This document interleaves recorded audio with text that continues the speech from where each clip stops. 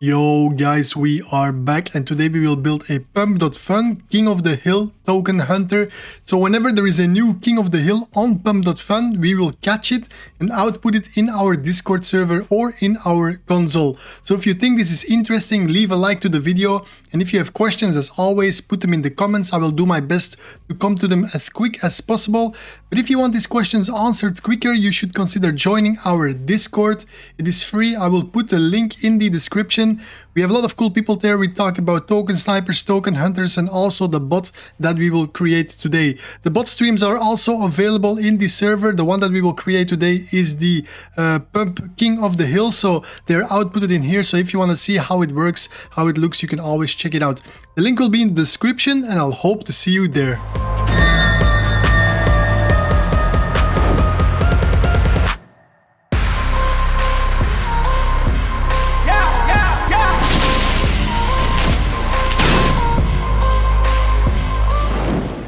Alright, so to start I will show you a quick overview of how the actual token hunter will look like. So we will have a script that we will run, and the first time the script will initialize our Discord bot. And with initialize I mean it will make sure that our bot is appearing online in our server and that we can use it to send messages into our Discord server. It will do this the first time the bot runs. After that the bot will be initialized and we will be able to use it in the entire duration of our script. So once the Discord bot is initialized and it is online in our server, we will go on and trigger a function that will run every X amount of seconds. So you can also specify how often this should run, but once this runs it will connect with the Pump.fun King of the Hil API and check the actual latest King of the Hil.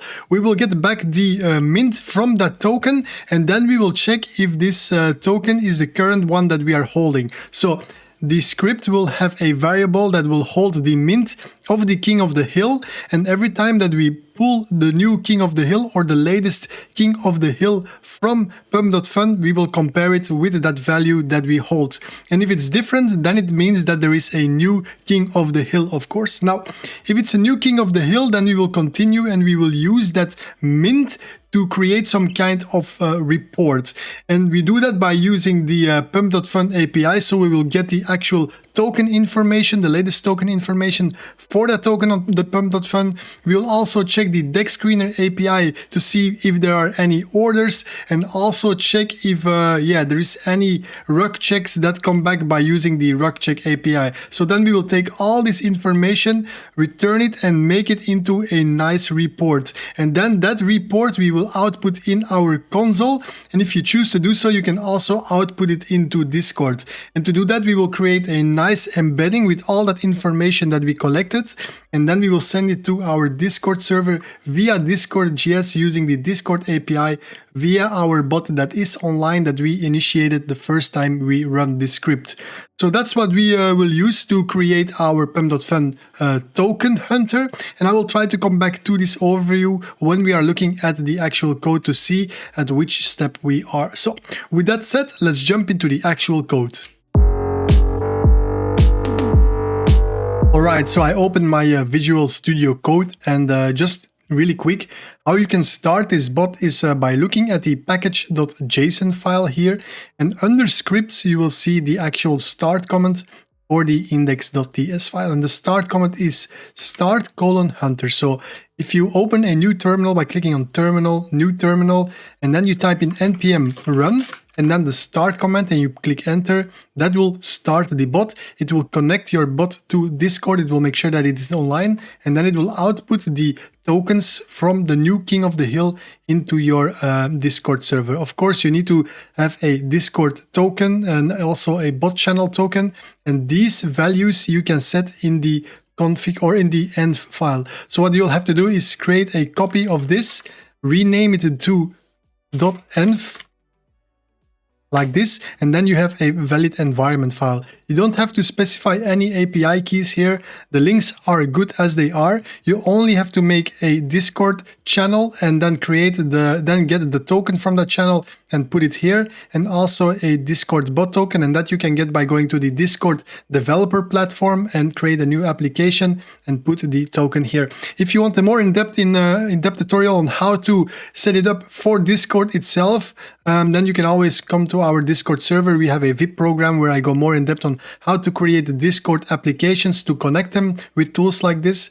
But if you just want to see how the tool works and you want to output it into your console, that's all fine, and you can just follow today's video and you will understand how it works. But that's the only thing that you need to set up, the actual Discord tokens. And yeah, make sure that you copy the environment file so that you have a legit environment file. And then you have the config file here, but for this application, there is not much configuration items except for like if you want to output it in the console and also verbose logging. So with that said, let's now jump into the actual code. And see how we actually start this bot. So I said you type the command npm run and then the command start, and then it will start this index file. Because if you look at this page here, if we start the start hunter, it will start index.ts, and index.ts is this file here. And once we run this, it will run the initialize Discord function to start.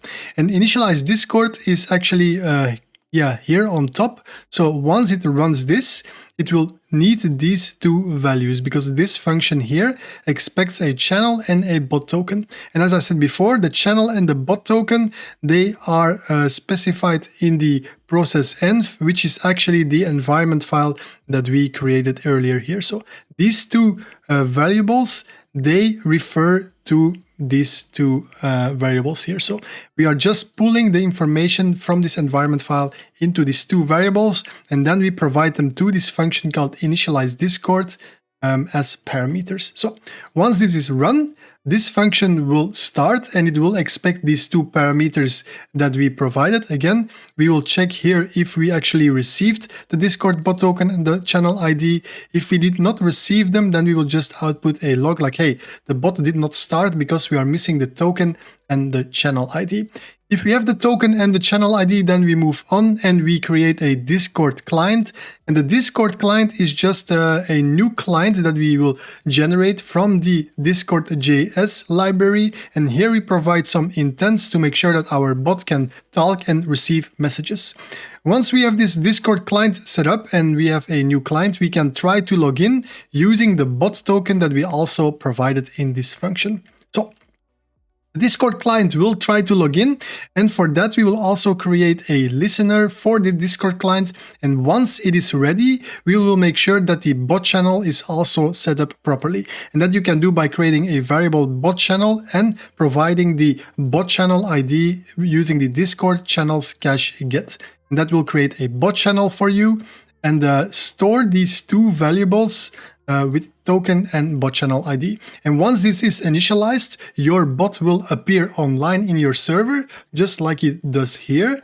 And also these two variables here will be set up properly, and in the entirety of your script, you will be able to use this. So later, once we get that report back from Pump.fun, we will also check if these two variables are set before we will send our information to Discord. So once this run, we know that it is actually properly run through because we return true, and we know that our Discord bot is properly initialized. So once we run this, the next thing it says here, then we will run with retry, and run with retry will just trigger this script here. And run with retry, what does this actually do?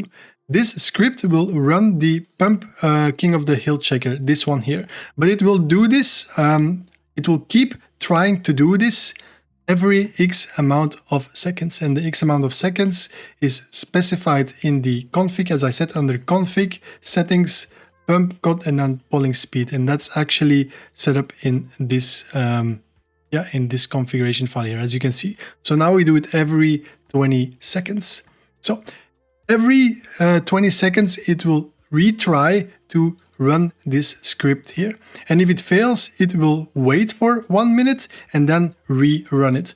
By using this run with retry function, we will know once it runs the actual script and it fails after 1 minute, it will automatically try to rerun the script. So our script is never blocked. It can fail, but it will always try to rerun it. So then it will run the pump King of the Hil checker. And this functionality is the start of our check for the new King of the Hil. So the first thing that we will do is check if we have verbose logging on, and that is also specified in the config file. And with verbose logging, we just mean that we will output a bit more details into the config, and you can see what I mean here. So if verbose logging would be on, we would say like, hey, verbose initiated the Pump.fun checker function after Discord was prepared. So you will get these kind of messages in your console if you have verbose logging enabled. And also this is stored in the config. As you can see here, verbose logging is set to true, but if you set this to false, it will not show these messages to you. So the first thing we do is going to actually Pump.fun and check the latest King of the Hil. And for that, we have a separate function called get King of the Hil coin latest. And if you click on this, you will go to the transactions file, and it will also open the function here. So we can have a look at that function. So what does it do? Again, it checks if we have verbose logging on, because also here we can output some logs. The first thing we do is get the actual URL, and this one is specified in the environment file. As you can see here, it's this one that we are looking at, and this link will try to get the King of the Hil for us. So we store that link in this variable, and then we use Axios, which is just a fancy kind of fetch that we will use to fetch the details from that URL, and these details will be returned to us in a certain format. And as you can see, the response, we check if we have a response, and then that response we will store into a variable with a certain TypeScript format. And as you can see, if you click on this, this is how the response will look like. So we exactly know what will come back to us because we are using TypeScript, and we know that we will get a returned response in this format. So that's why we also stored in a typesafe variable, so we can actually interact with these variables really easy. So once we got this data back, then we will just return it back to our script, because now we know what the latest mint is of the actual Pump.fun King of the Hil token. We return that it was successful, and the report for now is just the data from the token that we got from the Pump.fun API for the King of the Hil, or the current King of the Hil. So that's what we return now. And if you go back to our main function, now in this report, or in this variable, we hold the information that was returned from this function. And again, this information looks like this. So it's this what was returned, the mint, successful, and then the report. And the report we looked at, it's just this information here that is returned to us. So now we have the latest King of the Hil token information. So that's a good start. That's what we need to know. Which token is actually the current King of the Hil. So by knowing that, we can continue. So first we check if we got a successful response, of course. If it was not successful, then we log out like what happened. And the next thing we need to do is actually check if we also received a actual mint. And if we did not receive the mint, we also continue and we output like, hey, this happened, we don't have a mint. And the next thing we will do is check that the mint that was returned, and I can show you here in this step, that's the new CA, that's the step after we got the King of the Hil token. The next thing that we needed to do is check if this CA is the one that we already hold, or if it's a new CA, remember? Because if it's a new CA, that means that there is a new King of the Hil. And that's what we actually do here. So the last King of the Hil that we received, remember, comes from this response. We take that mint, we store it into a variable, and then we compare it against the current King of the Hil mint. And the current King of the Hil mint we just initialized here. Now it's an empty string, so the first time that you will run this script, there will always be a new King of the Hil, and it will always output that for you. So if it's not different, again, then we just return, we do nothing, because we already know who is the King of the Hil. We already outputted it. But if it's a different King of the Hil, then we continue. And then we also update the variable, because this one needs to be now the new King of the Hil. So that's what we do here. And then we also log out in our console like, hey, there is a new King of the Hil, that's the name. And we are now going to retrieve the full report of this token. So that's what we will do next. So now we want to have the report. So the information that was returned to us from this function here. So that information that we will just store into a new variable, and that information that we will send to our function that will get the full report for us. Because remember, this function will get the full report for us. Again, connecting to Pump.fun and checking the latest token info, going to Dex Screener, Rug Check API, and you can add more APIs here if you want. Because this functionality or this function is where we will send the token to now, and that's what we will do here. So we just send this token information and we can look at this functionality, what it does. It requires the coin or the token that we send it. So now it will just outlook, hey, we're trying to get the report for this token. And the first thing we do is store this information from the coin that we send it into separate variables, because we will create a report. So we store all this information in separate variables like mint CA, mint name, symbol, description, all these kind of things. So the next thing that we do is check if we got a creator as well, because or a creation time, and based on the creation time we do some kind of calculations like, hey, when was this mint King of the Hil? When was it created? How long was it ago since it was created? And that are these timestamps actually. Like, it was created 10 minutes ago.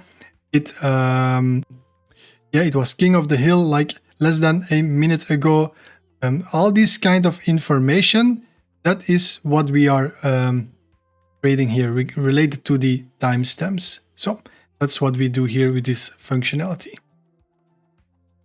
The next thing that we need to do is check the curve fill percentage, because we also want to know how far it is until bonding. And to do that, we go and get the global data for calculating this curve or bonding curve percentage also from Pump.fun. And this environment file or this link is also stored in the environment file, so we can have a look at that. It's this one that we will use, and it will get the global parameters, and I can show you what I mean. So if you would run this, it will just return the global parameters to us. So now it gets an error because for some reason, do we need to send it in a post request? Let's have a look.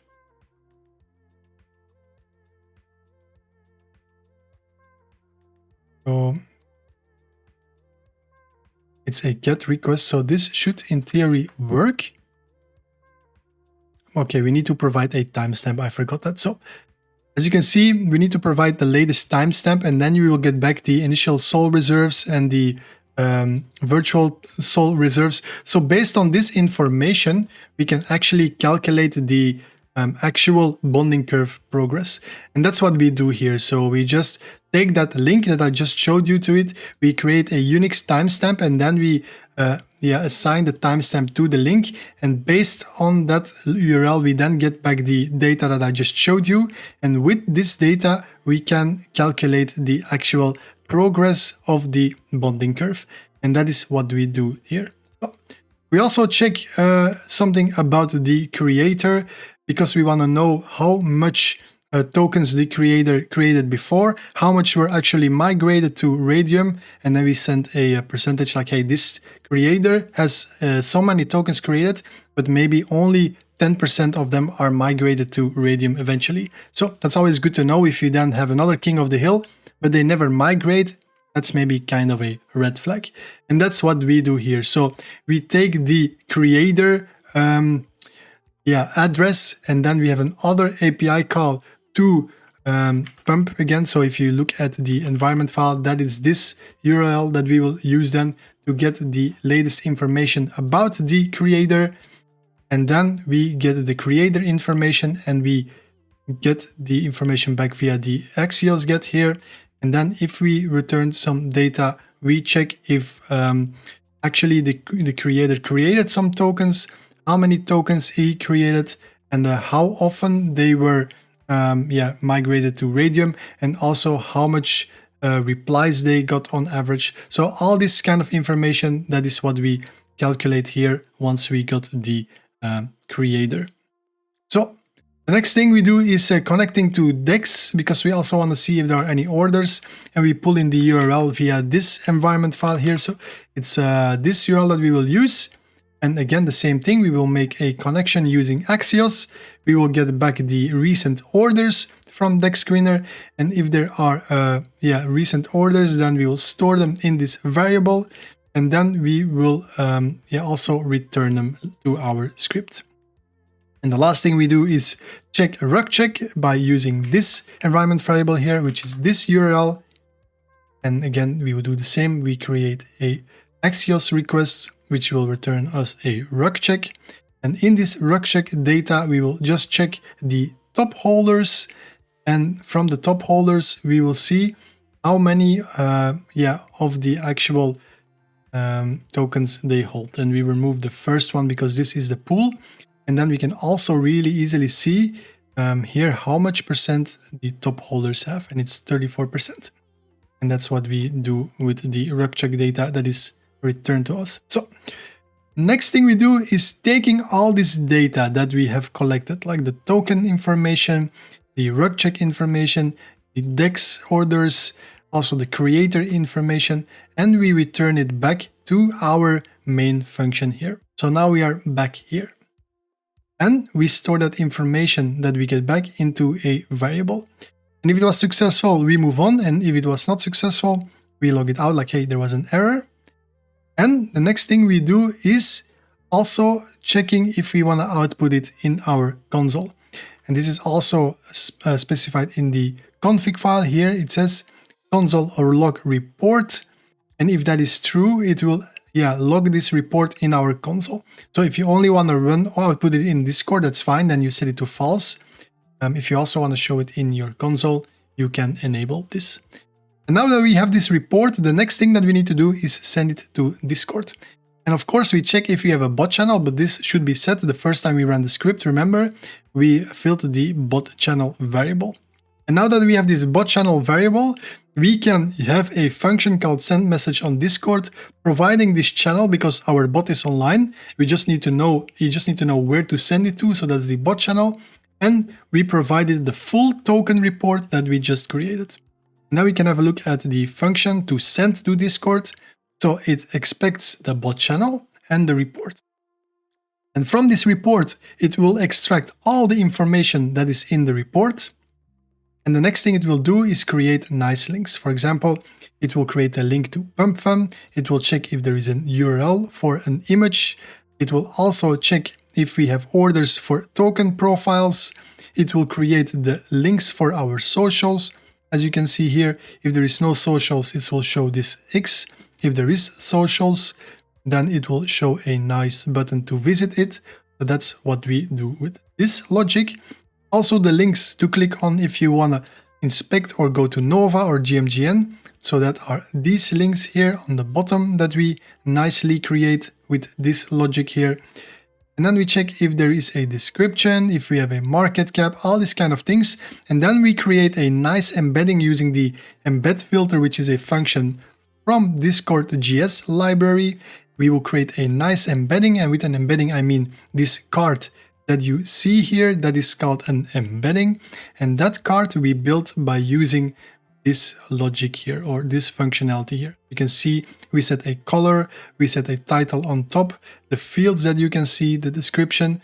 This is what we create. This is how we create the embedding. We store it in an embedding constant, and then we can say like, hey, to this bot channel, send this embedding, because we specify embed. Then we say this embedding you need to send. And if it was successful, it will also log it out in the console. And that's the whole script. It will then go back to index and confirm that it was sent on Discord. And it will return true. And this script will be run through. And again, we run it with retry. So it will run this script as above. And then after X amount of seconds, as it is true, it will run it again. If it fails, then it will rerun it again after 60 seconds and do the same thing. So that's how we built the King of the Hill token hunter for our Discord channel. Again, if you want to have access to the code, you can always join our Discord. If you want to type it yourself, that's all fine. I hope it was interesting. And with this said, I hope to see you in the next one.